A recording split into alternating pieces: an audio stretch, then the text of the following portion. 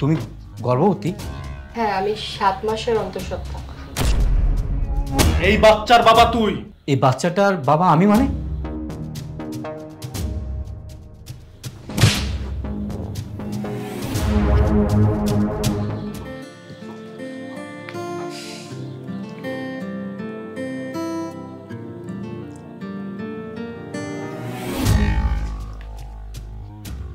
তুমি গর্ভবতী?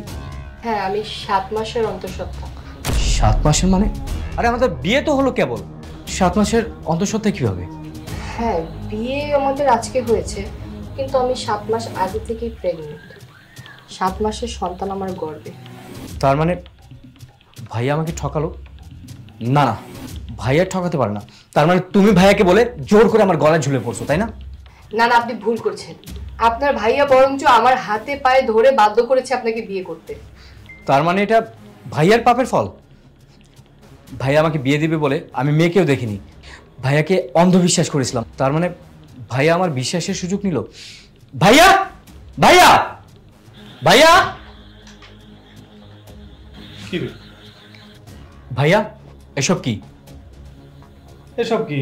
এটা তোর বউ, এটা বাসর ঘর। এই বাসর ঘরে কেউ বড় ভাইকে ডাকে? বাসর ঘরে তুই বাসর করবি? ভাইয়া, ও প্রেগনেন্ট। হ্যাঁ, ও গর্ভবতী, আমি জানি। তো তো কি হয়েছে? তুমি জানো মানে? তার মানে এটা তোমার পাপের ফল, আর তোমার পাপের ফল আমার মাথায় চাপিয়ে দিচ্ছ কেন? আচ্ছা, একটা কথা বলি তোকে, তুই যদি তোর গার্লফ্রেন্ডকে প্রেগনেন্ট করতি, তাহলে তাকে তুই কি করতি? অন্তপক্ষ আমি তোমার মতো ছোট ভাইয়ের মাথায় চাপিয়ে দিতাম না, আমি ওকে মেনে নিতাম, আমি বিয়ে করতাম ওকে। এই বাচ্চার বাবা তুই? এই বাচ্চাটার বাবা আমি মানে?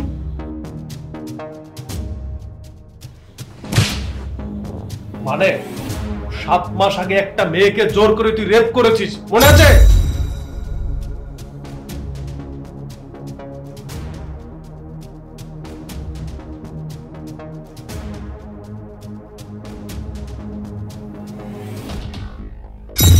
আমি চেয়েছিলাম না যে আমার এই বাচ্চাটা নষ্ট হোক। আমি চাইনি যে আমার জন্য একটা জীবন নষ্ট হয়ে যাক। আর এই বাচ্চা রাখার কারণে আমি প্রতিবেশী, আমার ফ্যামিলি, আত্মীয় স্বজন সবার কাছে নানান কথা, বিচ্ছিরি কুচ্ছির যত ধরনের কথা সব আমাকে শুনতে হলো। আমার বাবা মার আত্মসম্মান সব ধুলোয় মিশে গেল। লাস্ট পর্যন্ত আমি বাধ্য হয়েছিলাম সুইসাইড করার ডিসিশন নিতে। ঠিক সেই মুহূর্তেই তখন আমি গিয়ে ওকে বাঁচানোর চেষ্টা করি। তারপর ও আমাকে কি বলেছে জানিস? ও তোর কথা বলেছে। তখন আমি ওর হাত পা ধরে বিয়েতে রাজি করিয়েছি, এই জন্য ও বিয়েতে রাজি হয়েছে। ভাইয়া, 7 মাস আগে আমি কি করেছিলাম সেটা আবার মনেও ছিল না, তুমি মনে করিয়ে দিলে তারপর মনে আসছে। আর এই মেয়ের চেহারাটা আমার মনে ছিল না। ভাইয়া, আমার মতো অনেক লোক অনেক মেয়ের জীবন নষ্ট করে, তবে তারা রিয়েলাইজও করে না, আর মনে করার অপশনও আছে না। তোমাকে অনেক ধন্যবাদ ভাইয়া, তুমি আমার পাপ মোচন করার সুযোগ করে দিও। শোন ভাই, নারীকে তার প্রাপ্য সম্মান দিতে শিখিস, তাহলেই তুই একটা ভদ্র ছেলে। যা, বাসর কর মন দিয়ে।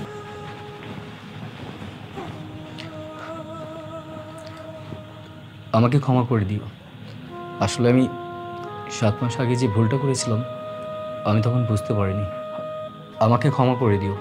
আসলে আমি অনেক বড় অন্যায় করেছিলাম তোমার সাথে। আর আজ থেকে তুমি আমার ওয়াইফ, আর এই বাচ্চাটা আমার।